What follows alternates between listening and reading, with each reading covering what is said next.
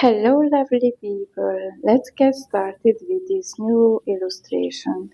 So here you can see how it looks without any kind of painting, and the first color we are going to add to this date night illustration is Quinacridone Gold, which is going to be our base for the faces, and I'm going to use this for both the man and the woman here.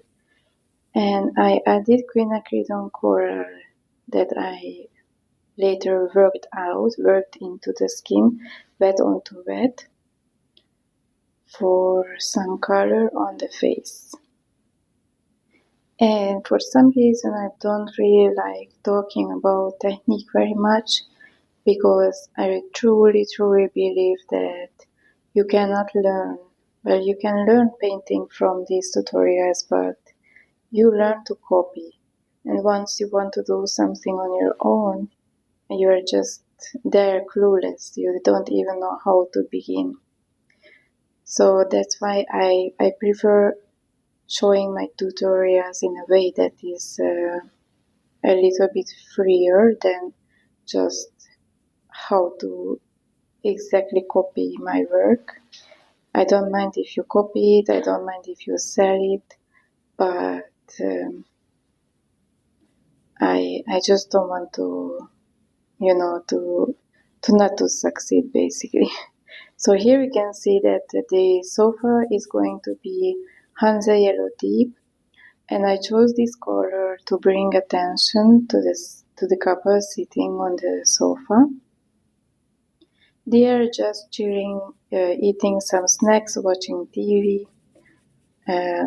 But because this is such a bright, warm color, it's going to draw the eyes towards the couple sitting there. Well, basically, all you can see there is them, but I wanted to make sure that they are nice and contrasty.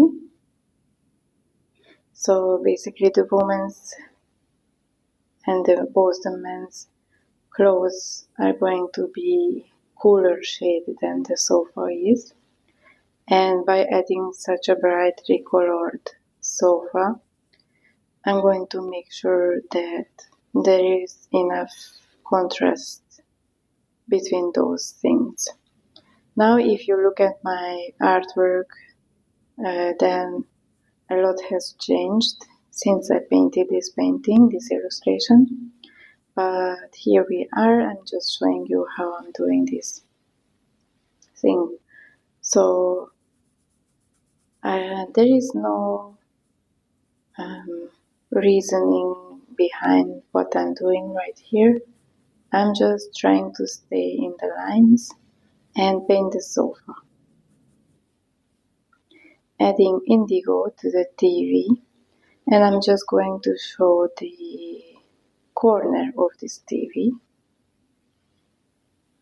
as you can soon see.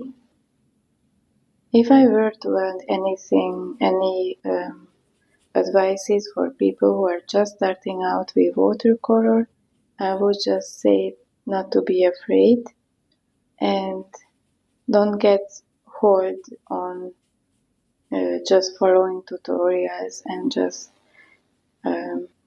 trying to copy what everybody else does, because that's not going to get you anywhere. I see a lot of comments of people who are following tutorials that they have no idea how to start painting on their own without any help. So I'm adding Hansa Yellow Deep wet into wet, and this is just some fun extra, I don't know how to say, just some details for you to look at. So this is going to be in a book, and the more details there are, the more interesting it's going to be. And here I'm adding permanent green. Most of the time I like doing wet into wet. So the basic colors are usually wet on wet, and then I might add some extra details wet on dry. But I cut all of those parts because they are just very boring to watch. So when you are watching me for hours doing like re-wetting areas, it's just kind of boring to watch. But when you see something like this, like me just keep on working and doing the painting part, that's so much more interesting. So yeah, I chose green shirts for the boy and the red for the girl, and I really don't do any shading here because I'm not all about that. I'm not a realistic artist and I don't want to be. I do have some art pieces that are semi-realistic, but I always try to add details that are, fun, interesting, out of this world, and I just believe that art is more beautiful than just trying to recreate our world. So the heart-shaped pillow consists cadmium red and indigo, and I'm just melting these two colors together. So while the red is still wet, I'm adding the indigo and therefore creating this fun melting effect. I don't know how to say that, transition. And by the way, if you have not seen any of my videos before, I'm using Escoda Perla size 4 brush. All of the brushes that I actually use are by Escoda. That is my favorite brand. I do have some brushes by other brands, but I just don't like them as much. Escoda's brush hair is very stiff, and all of their brushes have pointy ends, so you can do details with all of their brushes. But I do have some contour brushes like size 0 and 30, and I also have this size 4 brush and a size 10 brush. And I recently purchased a brush that is Escoda Kronos, and if it can be, that is even better than Escoda Perla because that has only 90% synthetics and 10% real hairbrush. So the girls' jeans are going to be indigo, and I did do some shading here, as you will see in some time. And this leg, the left leg, is going to be a lot darker.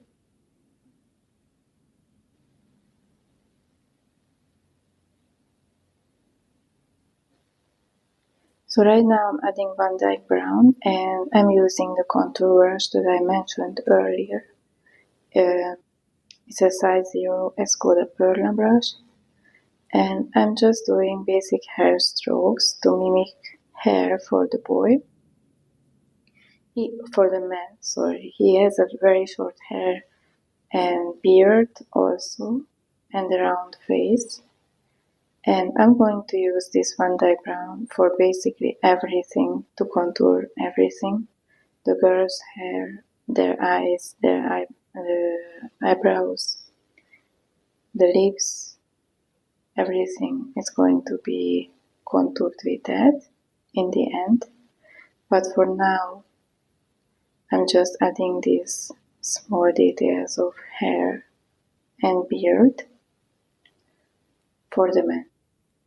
If you are someone who's just starting out watercolors, my biggest advice is that you should learn to sketch.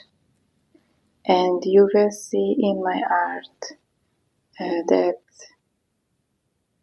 a lot of the times I don't do the shading, and if you have the right sketch to work with, then your paper or your illustration can be any color, whatever you like. You don't even need to shade, and it will be recognizable, and hopefully it will be likable as well. So if you know how to draw, you basically know everything. You can play around with watercolors. Your people can have blue skin or green or gray skin. It doesn't really matter, because if the facial proportions are in place, then you are all set for a good painting. And I know that for a lot of the people this is very disheartening, because they come to these YouTube channels in the hopes of learning watercolors, but the truth is that you don't really need to learn the painting part. You will be successful. Like if you paint every day for a week, you will learn a lot about, the water paint ratio and wet on wet and wet on dry techniques. And that's there to learn. That's what there is to learn. But the drawing part, oh my goodness. So many times I paint a painting, and just when I'm done, I realize how much I messed up the proportions. And most of the times whenever I have to restart the painting, it is because I failed at the drawing part. Like you cannot do, I believe that you cannot go wrong with the watercolor part. But the truth is that it all depends on your style. Realism is a big trend now. So botanicals is a big trend now. So for example, if you were to learn realistic style flowers, then of course you can mess up the painting part.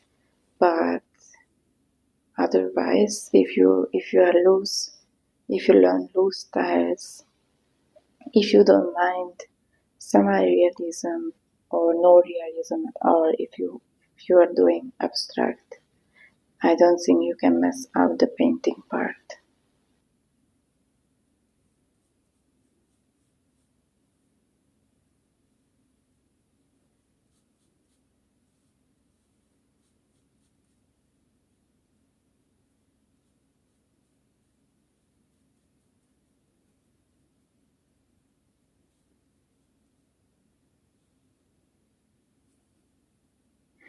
I'm doing the men's jeans now, and as you can see, just to contradict myself, I'm going to do some shading here. Where he is sitting is going to be darker. I do like to add a touch of shadow from time to time, but I still think my style is semi-realistic only. And after that, for the girl's top, I'm going to use Carmine by Schmincke. I absolutely love this color, and I think it's very cute for their date night.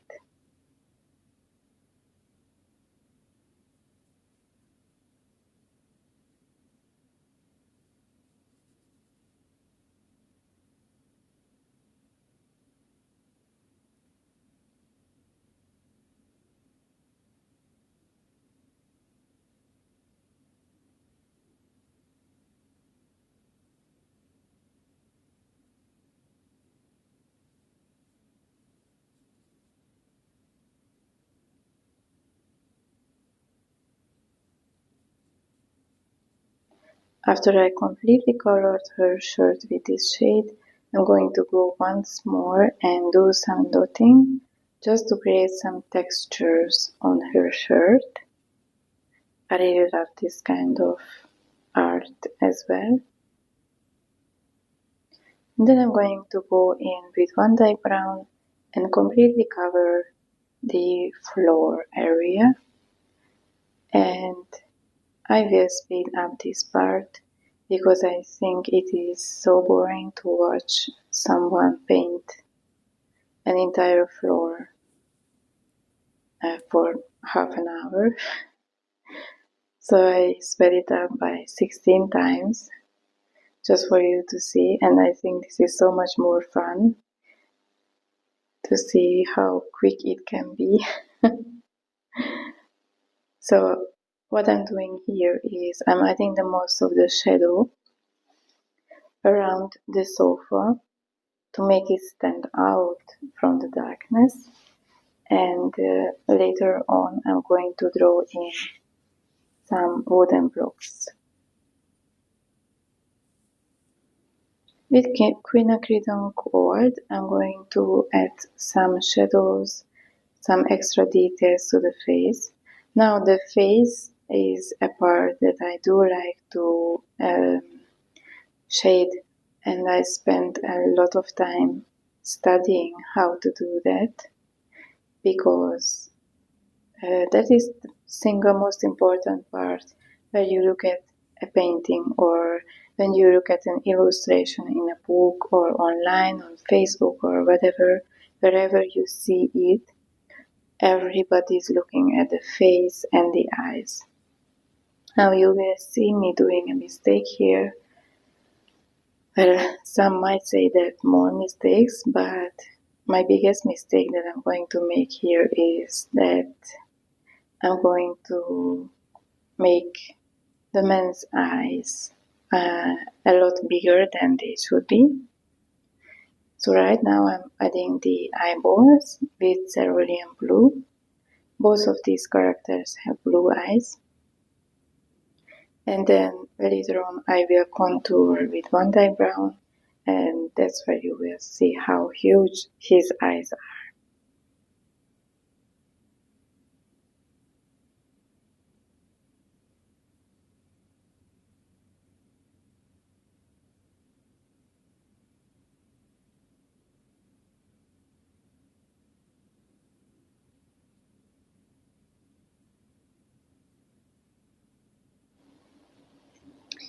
I'm adding Van Dyke brown and starting to work out the details here for both the man and the girl.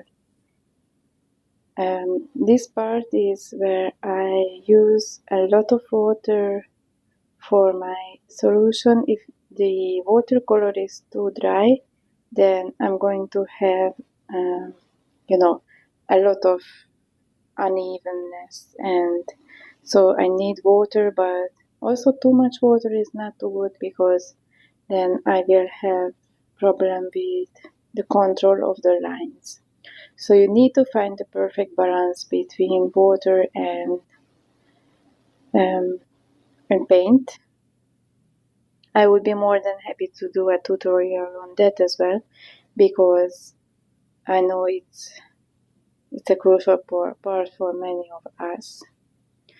And I forgot to color the socks, so I'm going to do that now. Using Cadmium Red, I'm going to paint both of the socks. And the reason why I seem to be so hectic in what I'm doing next is because of the drying, basically. So I'm doing one of the leg for the girl, and then I'm doing a shirt for the man or the pillow, because I don't want to color things that touch each other, that can bleed together.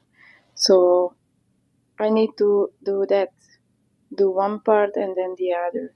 So for example, now I just did the sock. Now I'm doing the girl's hair with Indian yellow and doing some shading.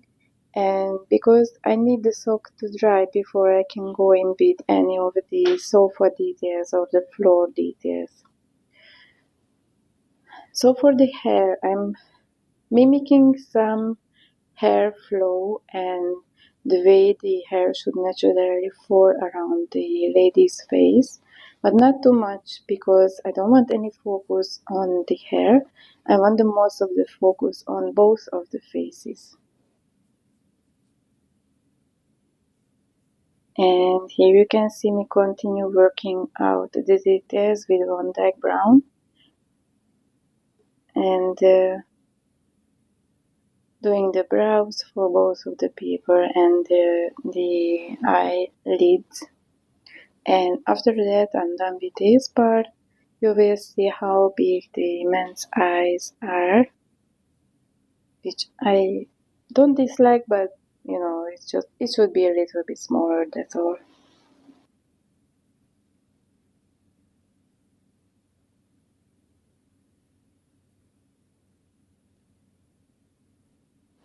And I'm sorry about my face peeking on the bottom right from time to time, but when I concentrate, I don't seem to take care mind enough about whether I'm in the camera or not. So you can see my face very much concentrating in the actual painting that I'm doing.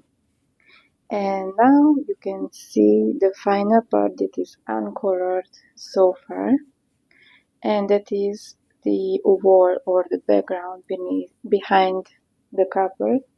And I chose indigo for that, just for the sake of recycling color, and also because I wanted an extra contrast between the sofa and the background, and therefore the background seems more distant, and the copper and the sofa pops more. But I did add wet into wet some Hansa Yellow Deep, which is the color of the sofa, just to enhance, just to recycle and enhance the color of the sofa. And I did not mention it on screen, but I'm using Quinacridone Burnt Orange by Daniel Smith here. I'm adding extra shades around the paper. That is how the light reflects from the TV, and it creates some shadows around the paper.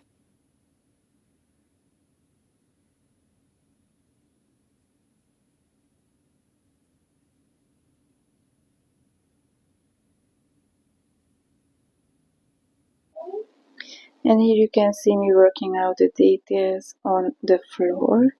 I don't know how it's called in English, I just call them wooden blocks or wooden panels. I think they're beautiful. And in some of my illustrations you can see how I actually do even the wood lines and every little detail, and I think that makes it so beautiful.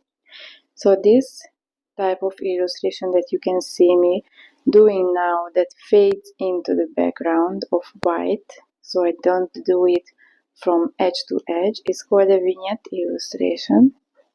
I hope you like this video. Thank you for watching. Bye!